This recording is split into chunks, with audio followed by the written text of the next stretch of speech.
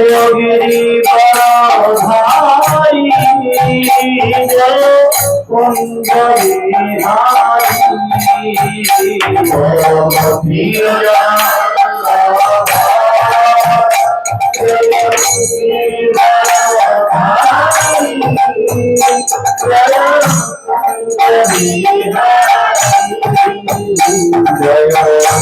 যশোদানন্দন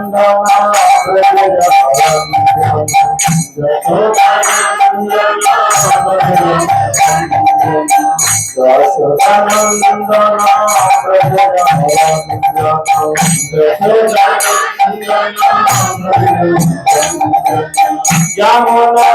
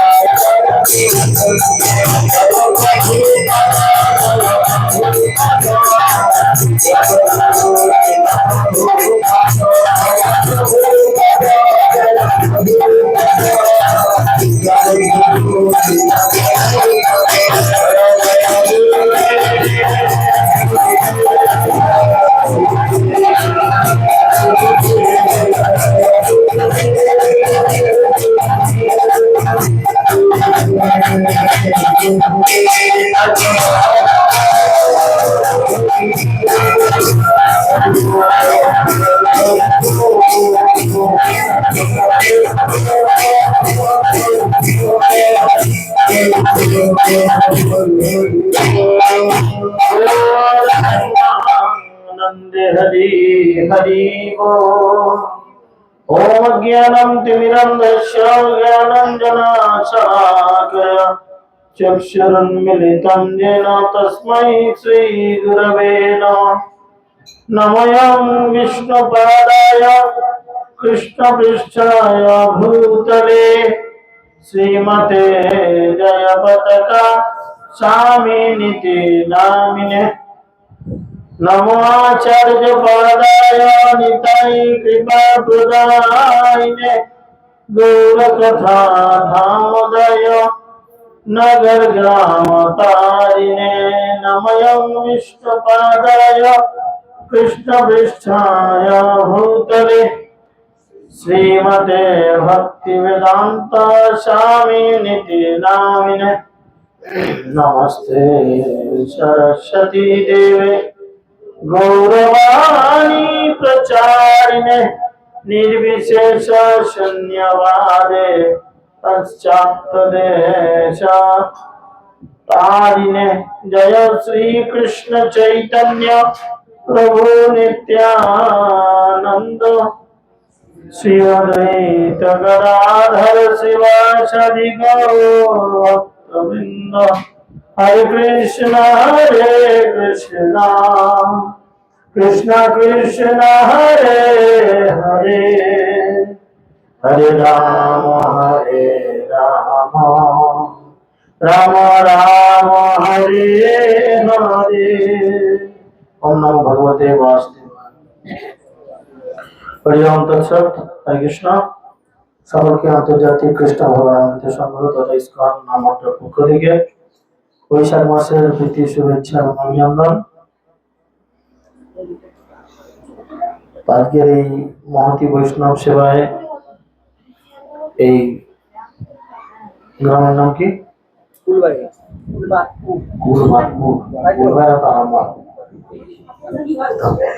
কুলবাগপুর। এই কুলবাগপুর গ্রামের সমস্ত আদিবাসী বৃন্দকে আন্তর্জাতিক কৃষ্ণ ভগবানামৃত সংঘ তথা ইসকন নামকের পক্ষ থেকে কৃষ্ণ প্রীতি এবং শুভেচ্ছা। যেহেতু এখন বৈশাখ মাস চলছে, তাই এই পবিত্র বৈশাখ মাসে আমরা বৈষ্ণব সংঘ করার বা সাধু সংঘ করার জন্য এই অনুষ্ঠানের আয়োজন করা হয়েছে। তাই সাধু সংঘ কথার অর্থ বলতে কেবলমাত্র খাওয়া দাওয়া খানা পিনা নয়। সাধু সংঘ কথার অর্থ যে সাধুগুরু বৈষ্ণবের যে শিক্ষা, সেই শিক্ষাকে হৃদয়ঙ্গম করে নিজের জীবনে ব্যক্তিগতভাবে প্রয়োগ করা। তো সেই জন্য যেহেতু এখানে গৌরনীতি উপস্থিত রয়েছেন, আর আমরা নিত্যম ভাগবত সেবার মধ্যে গৌরনীতির বিভিন্ন লীলা কথা আলোচনা করছি। আপনারা সকলেই জানেন মহাপ্রভু মাত্র 48 বছর এই জড় জগতে অবস্থান করেছিলেন এবং 48 বছরের মধ্যে 24 বছর তিনি গৃহে ছিলেন আর বাকি 24 বছর তিনি সন্ন্যাস আশ্রম গ্রহণ করেছিলেন। এই 24 বছরের মধ্যে 6 বছর তিনি দক্ষিণের বিভিন্ন রাজ্যগুলিতে ভ্রমণ করেছিলেন এবং বাকি 6 মাস তিনি গমনাগমন করেছিলেন এবং পরে থাকা বাকি যে আরো 12টা বছর তিনি রাধারানীর ভাব আরো গভীরভাবে হৃদয়ে ধারণ করে তিনি খুব গম্ভীর লীলা করেছিলেন। যেহেতু তিনি শ্রীধাম পুরীতে এই লীলা করেছিলেন খুব গম্ভীর ভাবে এবং খুব গোপন ভাবে, তাই এই লীলার নাম গম্ভীরা লীলা, বা যে স্থান করেছিলেন এই লীলা সেই লীলা স্থানের নাম গম্ভীরা। যাই হোক, আমরা চেষ্টা করবো অল্প কিছু সময় সেই লীলা কথা আলোচনা করতে। মহাপ্রভু কি আচরণ করতেন। জয় জয় শ্রী চৈতন্য, জয় নিত্যানন্দ, জয় অদ্বৈত চন্দ্র, জয় গৌর ভক্তবৃন্দ। শেষে যে রহিল প্রভুর দ্বাদশ বৎসর, কৃষ্ণের বিয়োগ স্ফূর্তি হয় নিরন্তর। চিরাধিকার চেষ্টা যেন উদ্ধব দর্শনে, এই মতো দশা প্রভুর হয় রাত্রি দিনে। মহাপ্রভু কিভাবে ছিলেন না, উদ্ধবকে দেখে শ্রীমতী রাধারানী এবং বৃন্দাবনের সমস্ত গোপীরা যে ভাব হৃদয়ে ধারণ করেছিল, উদ্ধবকে দেখতে ছিল অনেকটা কৃষ্ণের মতো, অনেকটাই কৃষ্ণের মতো, কিন্তু উদ্ধব ভগবান ছিলেন না। তো একবার কৃষ্ণ কি করেছিলেন, বৃন্দাবনে উদ্ধবকে পাঠিয়েছিলেন, যাও তুমি একবার গিয়ে খবর নিয়ে এসো। তো উদ্ধব যখন এসেছেন, ধরুন কোন ব্যক্তিকে আমরা অনেকদিন পর দেখছি, তাকে দেখতে অনেকটা তার মতো, আমরা দেখা মাত্রই কি করব, জিজ্ঞেস করি যে এ কি সেই ব্যক্তি। যেহেতু কৃষ্ণের সঙ্গে শ্রীমতী রাধারানীর দূরত্ব ছিল প্রায় 113.5 বছর, তার দিনটা নিহাত কম না, বহুদিন পর দেখছে। আর উদ্ধবকে প্রায় 90% 95% কৃষ্ণের মতো দেখতে ছিল, যার ফলে উদ্ধবকে দর্শন করার মাত্রই সমস্ত ব্রজবাসীদের মধ্যে এবং গোপীদের মধ্যে একটা আনন্দ বিরাজ করে এবং তারা নিজেদের মধ্যে বলাবলি করে আজ অনেকদিন পর কৃষ্ণ বৃন্দাবনে এসেছে। আর এই কথা যখন শ্রীমতী রাধারানীর কানে এসে পৌঁছায়, তখন রাধারানী বড় উতলা হয়ে ওঠেন। সেই কথা এখানে বলছেন, চিরাধিকার চেষ্টা যেন উদ্ধব দর্শনে, এই মতো দশা প্রভুর হয় রাত্রি দিনে। নিরন্তর হয় প্রভুর বিরাহ উন্মাদ, ভ্রমময় চেষ্টা সদা প্রহ্লাদময়। এবার রোমকূপে রক্তোদ্গম দন্ত সব হালে, ক্ষণে অঙ্গ ক্ষীণ হয় ক্ষণে অঙ্গ খুলে। এটা হচ্ছে কৃষ্ণ প্রেমের এক প্রকাট্য পন্থা, যাতে মানুষের ভাব আসে। দেখবেন অনেক সময় ওই মনসাতলা বা কালীতলা বা শীতলা তলায় অনেকে এসে ঘর ঘর হয় না, তো যখন ঘরের ব্যাপার হয় তখন সে একটা অন্য জগতে চলে যায়। আপনার চেনা সেই পাশের বাড়ির কাকিমা জেঠিমা বা দাদা বা জ্যাঠা কাকা, সেই লোকটা যখন ঘর হয় সে একটু অন্য জগতের লোক বলে মনে হয়, মিসবিহেভ করে, যেটা নর্মাল ব্যবহার করে সেরকম করে না। তো কখনো কখনো সে আচার কাচার খায়, কখনো নিজের হাতে নিজে কেটে ফেলে ইত্যাদি আচরণ করে। তো এখানে মহাপ্রভু তিনি শ্রীমতী রাধারানীর ভাব এবং রূপান্তর নিয়ে এই জগতে এসেছেন। আর তিনি কিরকম হচ্ছে না, সব সময় প্রলাপ, প্রলাপ মানে পাগলের মতো কথা বলছে, এবং রোমকূপের রক্তগণ, আমাদের যে গায়ে লোমকূপ রয়েছে, এই প্রত্যেকটা লোমকূপের গোড়াগুলো ফুলে লাল হয়ে যায়। কারোর যদি ফোড়া হয় বা ব্রণ হয় আমরা খুব ভালো বুঝতে পারি, তাই না?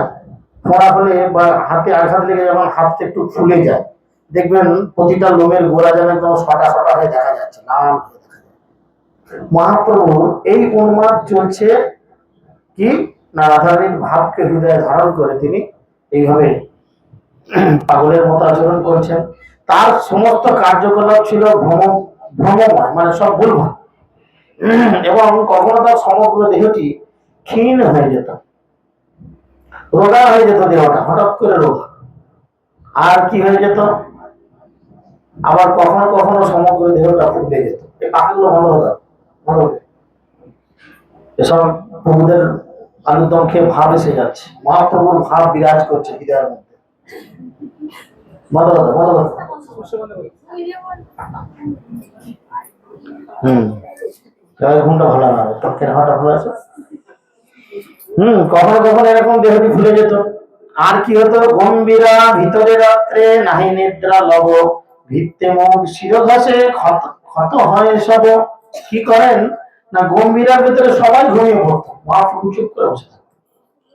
গার্ড দেওয়ার জন্য 3-4 জন লোক সব সময় রেডি থাকতো। জগদানন্দ পণ্ডিত, নিত্যানন্দ প্রভু, স্বরূপ দামোদর, রায় রামানন্দ, রামানন্দ রায় ইত্যাদি, এরকম 6 জন লোক অল্টারনেট করে 2-3 জন করে, ওই যেমন হসপিটাল ডিউটি হয় সিস্টারদের 5 ঘন্টা 6 ঘন্টা করে ডিউটি, আবার অন্য শিফট আছে, এরকম শিফটিং ডিউটি করে মহাপ্রভুকে পাহারা দিতেন। মহাপ্রভু ঘুমাতেন না, সবসময় তিনি বসে থাকতেন, এবং বসে থেকে কি করতেন, সবাই যখন ঘুমিয়ে যেত তখন তিনি নিজের মুখ আর নিজের মাথা দেয়ালের মধ্যে ঘষতেন। আর ঘষার ফলে কি হতো, মুখ এবং মাথার মধ্যে ক্ষত দেখা দিত, এবং ক্ষত দেখা দেওয়ার ফলে চতুর্দিক থেকে রক্ত বার হতো।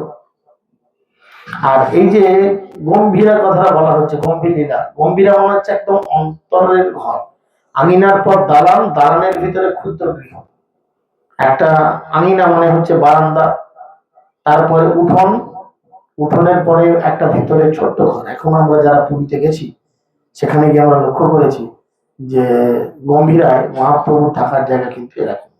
3 দ্বারে কপাট প্রভু যাইন বাহিরে, কহু সিংহ দ্বারে পরে কহু সিন্ধু নীরে। 3-3টে দরজায় দরজা বন্ধ করে লোকজন গার্ডে থাকতো, তবু মহাপ্রভু কখনো কখনো তাদেরকে ডিঙিয়ে, তাদেরকে ঘুম পাড়িয়ে দিয়ে, তিনি স্বয়ং ভগবান, ঘুম পাড়িয়ে দিয়ে কখনো কখনো তিনি জগন্নাথ মন্দিরের যে সিংহদ্বার, সিংহদ্বারে পৌঁছে যেতেন। কখনো কখনো আবার সমুদ্রের গায়ে গিয়ে সেখানে স্নানাদি করতেন। কখনো কখনো তিনি সমুদ্রের জলের মধ্যে অজ্ঞান অবস্থায় পড়ে থাকতেন। চট পর্বত দেখি গোবর্ধন বনে, ধাইয়া চলে আর তো নাদ করিয়া ক্রন্দনে। চটক পর্বত মানে হচ্ছে বালির পাহাড়, সমুদ্রের ধারে দেখবেন প্রচুর বালি তুলে উঁচু করা থাকে। এখন পাবলিকে বালি তোলে বালির ব্যবসা করার জন্য, পাবলিকে বালি তোলে বালির ব্যবসা করার জন্য, কিন্তু তখন ব্যবসার জন্য বালি উঠতো না, অটোমেটিক্যালি একটা বালি জমে উঁচু পাহাড়ের মতো হয়ে যেত।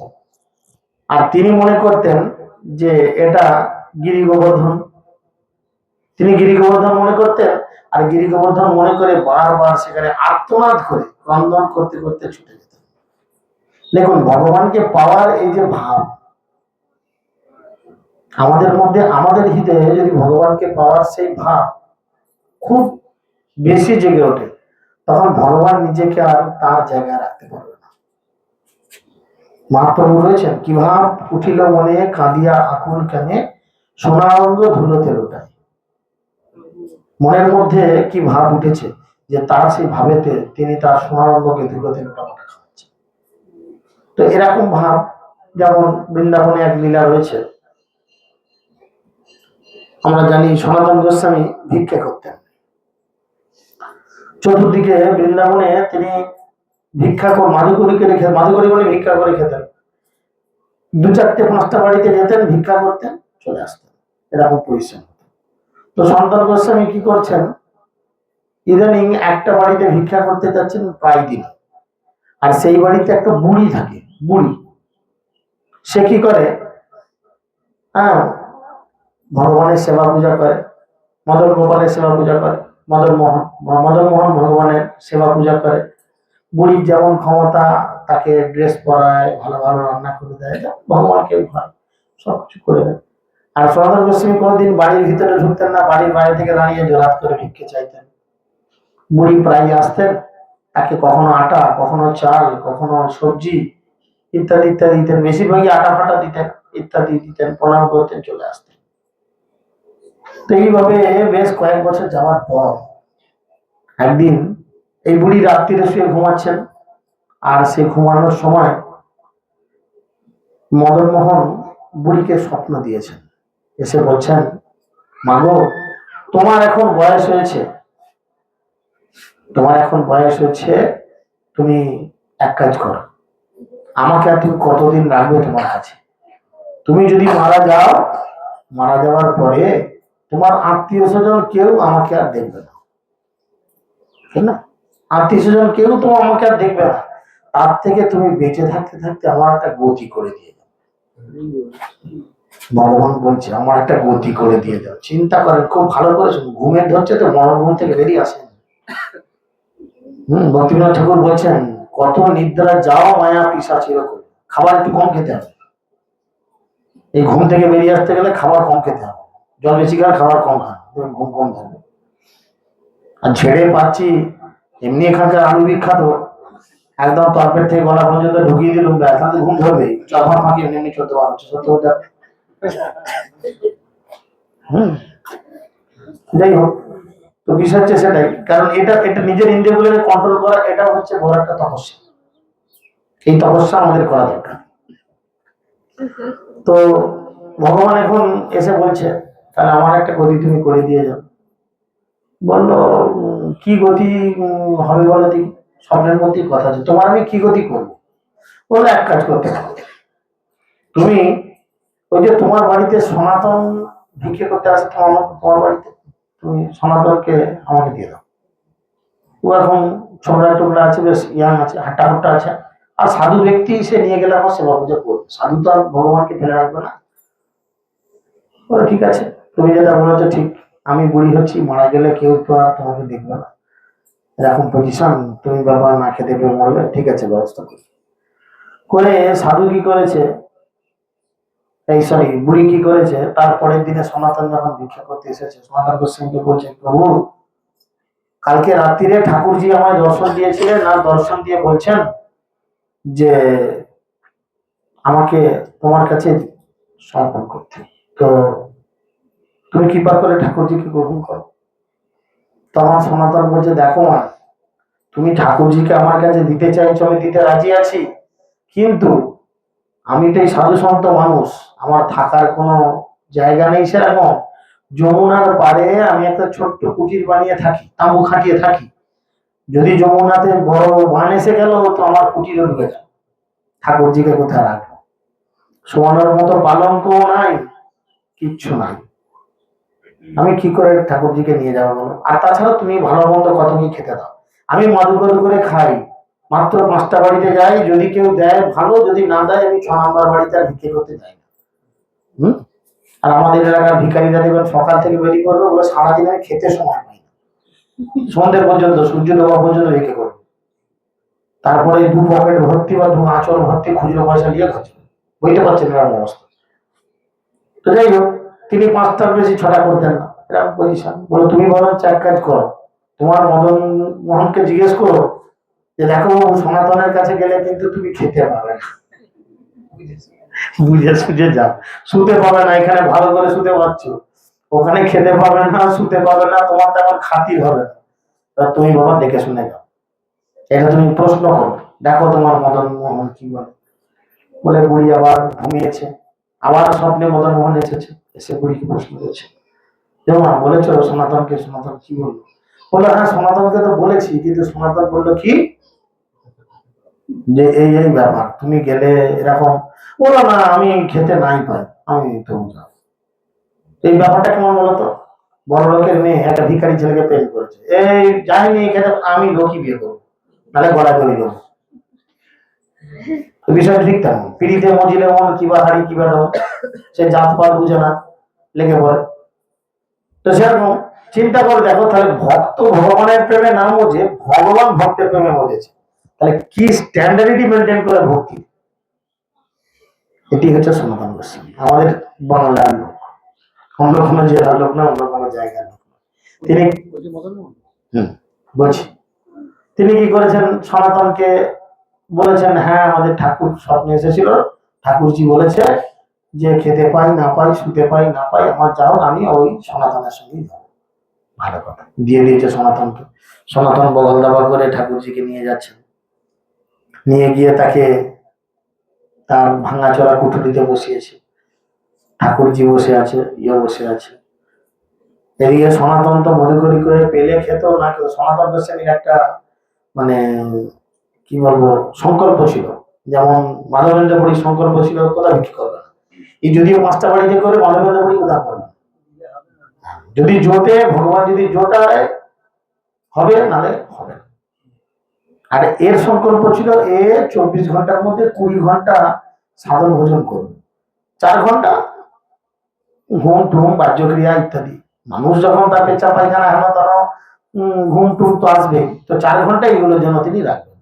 মদন মোহনকে সঙ্গে করে নিয়ে যেতে নিয়ে যেতে বলছে, হাগো ভগবান আমার সঙ্গে যদি যাচ্ছ, আমার তো সংকল্প 20 ঘন্টা, হ্যাঁ রাধা গোবিন্দ করা, হ্যাঁ জয় রাধে করা, তো 4 ঘন্টা আমার জন্য পড়ে থাকে। তোমার সারাদিনে 8 বার ভোগ লাগবে ওই বুড়ির ঘরে, আমার ঘরে 1 বার লাগবে, 4 ঘন্টার কথা কর, 1 বার, হ্যাঁ তোমার পেট ভরে যেত, হ্যাঁ ভরে চলো। এখন কি হচ্ছে, সারাদিনের শেষে 20 ঘন্টার পরে 4 ঘন্টা পরে আছে, রান্না হবে। আর রান্না বলতেও কি হতো, চাপাতি। ও তো নিজে রান্না বলতে আমি রান্না ভালো করতে জানি না, ও বুড়ি কত ভ্যারাইটিস রান্না জানে, আর আমি শুধু রাধা কৃষ্ণ করি, আমি রান্নাও করতে পারি না ভালো।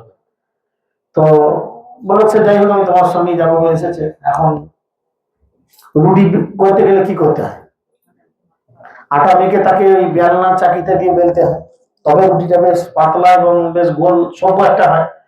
আর কি করেছে, সেই মেয়ে ছেলেদের গোবর দেওয়ার মতো আটা খানিকটা মেখে হাতে করে মোটা করে নিয়ে তাওয়ার উপরে চাপিয়ে দিয়েছে, দিয়ে এমনি করেছে।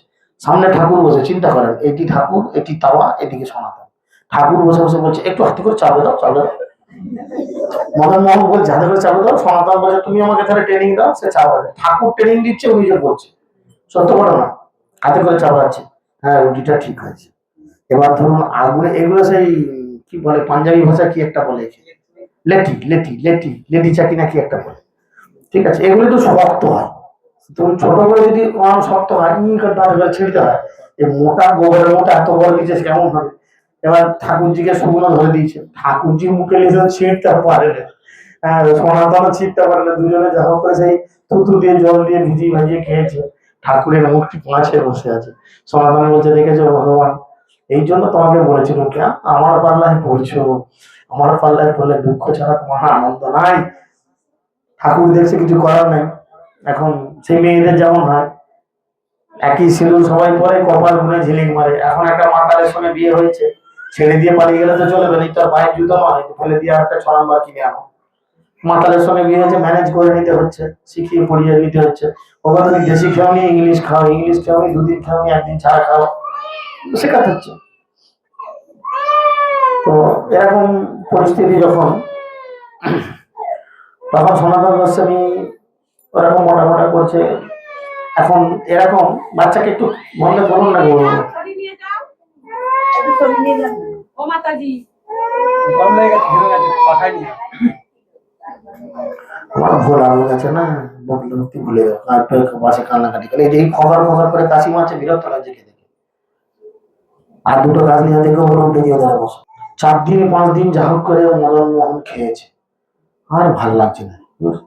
সনাতন বলছে, সনাতন তুমি তো ভিক্ষে টিক্ষে করতে যাও, তো দেখো না লোকের ঘরে এই এই রুটির মধ্যে যদি একটু নুন টুন দেওয়া যায় একটু ভালো লাগে, একদম আলোরা দিচ্ছ কি করে খাই বলো।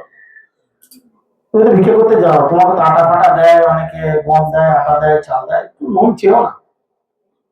ঠিক আছে, প্রথম দিন শুনলো কথা, আজকে ভিক্ষে করতে গিয়ে নুন পেয়েছে, আটা পেয়েছে, নুনও পেয়েছে। আজকে জিজ্ঞেস করছে কতটা দেবো, বলে একটু দাও। শেখাচ্ছে, যেমন মা যেমন মেয়েকে শেখায় সেরকম ভগবান শেখাচ্ছে, নিজে খাবে নিজেই রান্না করা শেখাচ্ছে, কি কপাল। একটু লবণ দিয়েছে, আটাকে মেখেছে, মেখে বললো কিরকম না একটু চাপড়ে চাপড়ে সেভ কর, যাক ওরকম করেছে। আজকে লবণ আছে, আজকে লবণ দেওয়া রুটিটা পেয়েছে অনেকদিন পর, আজ একটু ভালো লেগেছে, ও শক্ত হলো মুখে করে ছিলে ছিলে খাচ্ছে। শুধু লবণ, এবার দেখুন শুধু রুটি পোড়া পোড়া কি করে ভালো লাগে। আবার 4 5 দিনের মদন মোহন খাওয়ার পরে আবার 4 5 দিন পরে ভগবান বলছে, আচ্ছা সনাতন এ তো বৃন্দাবনে ঘুরছো, বৃন্দাবনে তো চতুর্দিকে শুধু গয়লা আর গয়লা, সবার বাড়িতেই ঘি মাখন আছে, ভিক্ষে করতে একটু মাখন চেয়ে আনো। ভগবান আমাকে আবার মাখন ভিক্ষা করাবে, ঠিক আছে তুমি যখন বলছো যাই। গেছে, এদিক ওদিক ঘুরতে ঘুরতে সে বুড়ির বাড়ি গেছে, বুড়িকে গিয়ে বলছে এমন ভগবান আমাকে গতিয়ে দিলে, আমি কারুর বাড়ি কিছু চাইতাম না, যা দিত ওই ভোগ লাগিয়ে প্রসাদ পেতাম, যেমন জুটত।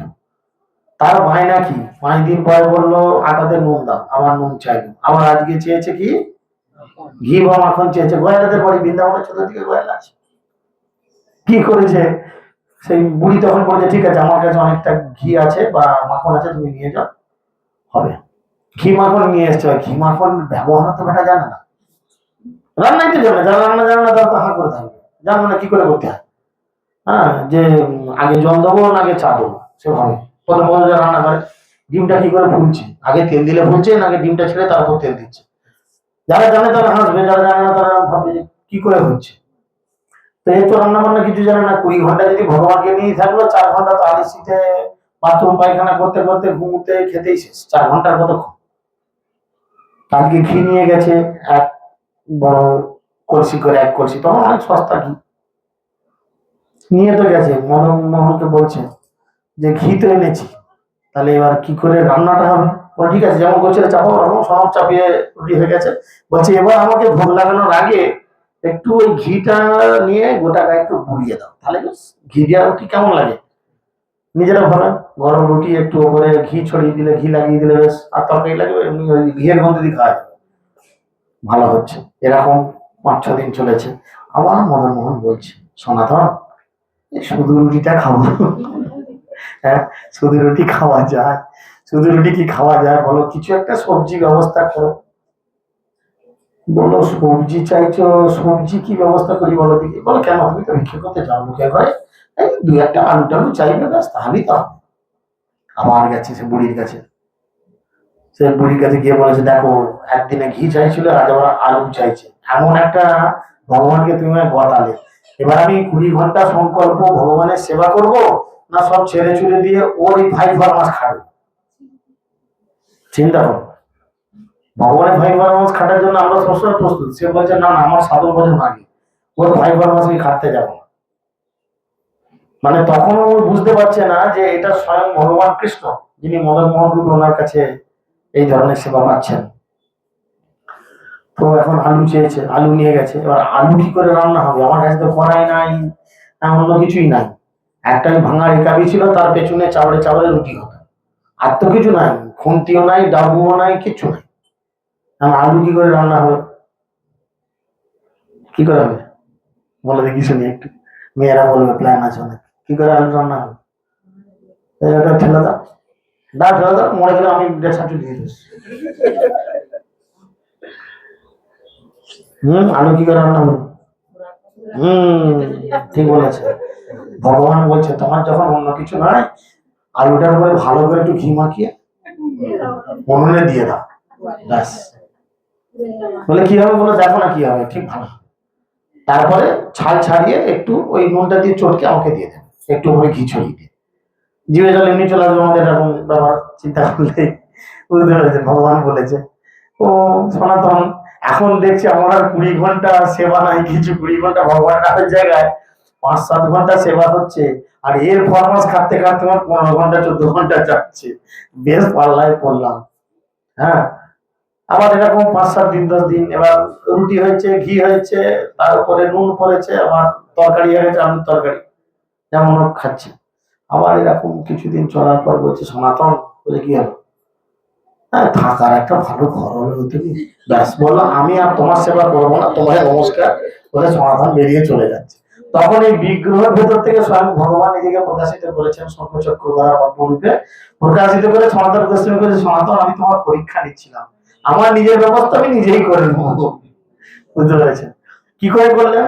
এখনো বৃন্দাবনে মদন মোহনের যে মন্দির রয়েছে, কি করে করলেন না, সামনে যমুনা বয়ে যাচ্ছিল, আর তখন পরিবহনের একমাত্র ভরসা ছিল এই নদীপথ, মানে বড় বড় নৌকা জাহাজে সব মালপত্র বইত। এক বড় ব্যবসায়ী এক নৌকা দামি জিনিসপত্র নিয়ে যাচ্ছে, বুঝা গেল। ভগবান মদন মোহন কি করেছেন, ওখানে আছে, তিনি কি করেছেন, যমুনার মধ্যে হঠাৎ করে বালির চর তৈরি করে দিয়েছে, আর নৌকার পেছনে ওই যে সেই পাখাটা ঘুরে মোটরের, সেটি গেছে আটকে, ব্যাস সে তো আর ঘুরে না, নৌকাও যায় না, চুপ করে দাঁড়িয়ে রয়েছে। কত কি চেষ্টা করছে, নৌকা নয় না। তখন হঠাৎ করে কি করেছেন, যে নৌকার মানে যিনি ব্যবসাদার, যিনি এই ব্যবসার মালিক, তাকে মদন গোপাল স্বপ্ন দিয়েছেন, মদন মোহন স্বপ্ন দিয়েছেন। কি বলছেন না, তোমার নৌকা ক্লিয়ার এক্ষুনি হয়ে যাবে যদি তুমি অঙ্গীকার করো আমার জন্য একটা বিশাল বড় মন্দির বানিয়ে দেবে।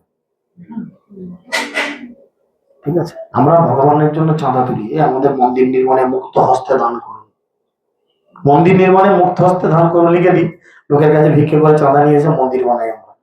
আর এর ভক্তির কত জোর যে ভগবান নিজের মন্দির নিজে, মানে কি বলে, ডাকাতি বা রাস্তা ঘেরাকে কি বলে, কি বলে না, মস্তের ঠিক না, কি যে বলে, বাটপার বাটপার, বাটপারি করে আদায় করে নিল।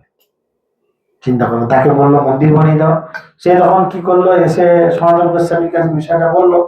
সনাতন গোস্বামী মনে মনে ভাবলো, মদন মোহন দিয়ে তাকিয়ে, তোমার এতবার বেড়েছে, হ্যাঁ, লোককে আটকে মস্তানি করে তুমি নিজের মন্দির নিজে করে নিচ্ছ, করো।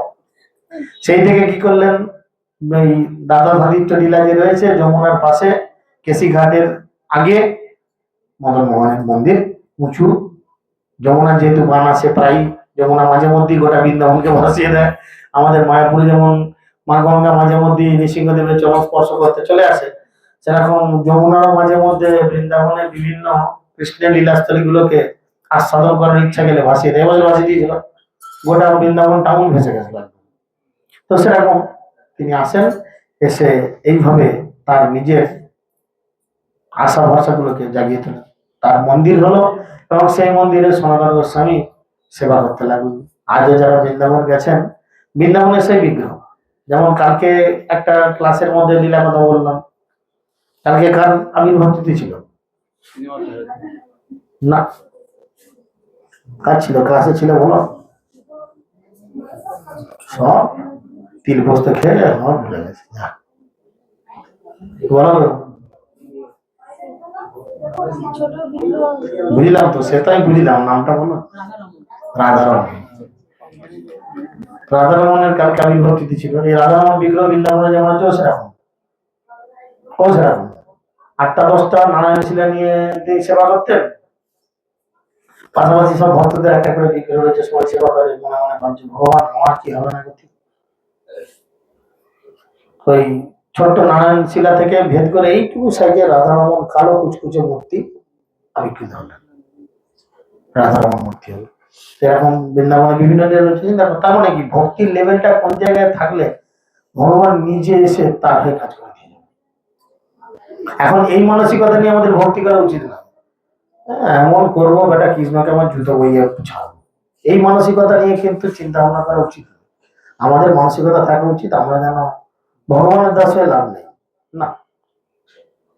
সম্রাট কুলশেখর বলছেন, সম্রাট কুলশেখর বলছেন যে আমাকে চাকর করো, কার চাকর, কার চাকর, না, তদ্ভৃত্ত ভিত্ত ভিত্ত ভিত্ত ভিত্ত পরিচারক ভিত্ত শিষ্য এবং অর্থাৎ তিনি ছবার বলেছেন তোমার চাকরের চাকরের চাকরের চাকরের চাকরের চাকর।